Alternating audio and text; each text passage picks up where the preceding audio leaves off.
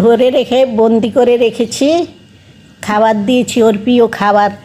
আমি কলিজা সিদ্ধ করে রাখি, প্রতিদিন জানালা দিয়ে ডাকি, আসো টমি খেতে আসো, কিন্তু টমি খেতে আসে না।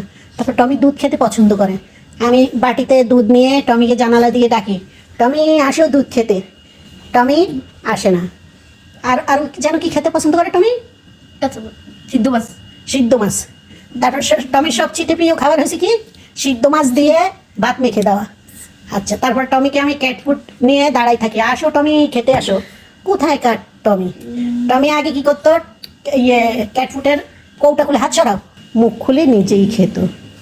সেই টমি আমার কি হয়ে গেল বুঝাই যায় না, এই টমি আর সেই টমি এক টমি নয়। বাবা আজকে তো খুব খুশি, এখন টমিকে আজকে সমস্ত ঘরের কাজ ফেলে টমিকে আদর করবো। হ্যাঁ, তোমাকে ভালোবাসবো। আমাদের টমি প্রত্যেকটা কথার অ্যান্সার দেয়, ও প্রত্যেকটা কথার অ্যান্সার দেয় আমাদের টমি।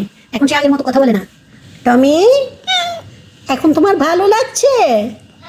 এই যে বাইরে কেন তুমি হাঁটো? তোমার বাচ্চাগুলো, হ্যাঁ, বাচ্চাগুলোর জন্য তোমার মায়া হয় না? হয়। তাহলে ওই ওই ছেলেবেলার ফাঁদে পড়ছো তুমি? ওরা তোমাকে পটাইছে, এই জন্য তুমি ঘরে আসো নাই না টমি? ও আচ্ছা, আর পটালে যাবা? আচ্ছা তুমি যাইও না, তুমি যা যা খেতে চাও আমি তোমাকে সব খাওয়াবো। হ্যাঁ আচ্ছা ঠিক আছে। তোমার জন্য আমার অনেক মন খারাপ হয়, তুমি বুঝো না? তুমি তো কখনো বাইরে যেতে না, মোটে উঠে পটি করতে। এখন বাচ্চা হওয়ার পরে তোমার মাথা কেন গোলাই গেছে বলো তো? গোলাই নাই? আর ও চুলকাই দিব? আচ্ছা দিচ্ছি তোমাকে। মণিমাঠ থেকে তোমাকে চুলকানি মেশিন কিনে এনে দিব, তারপরে তুমি বাইরে যেও না। যাবে? তুমি না গান শুনতে ভালোবাসো, গান শুনবা? আচ্ছা শোনাবো, কোন গানটা শোনাবো?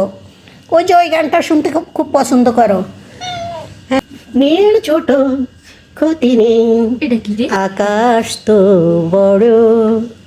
তুমি না এই গানটা খুব লাইক করতে টমি? আমার কোলে উঠে টমি ছোটবেলায় গানটা শুনতো, খুব জোরে জোরে লাগতো।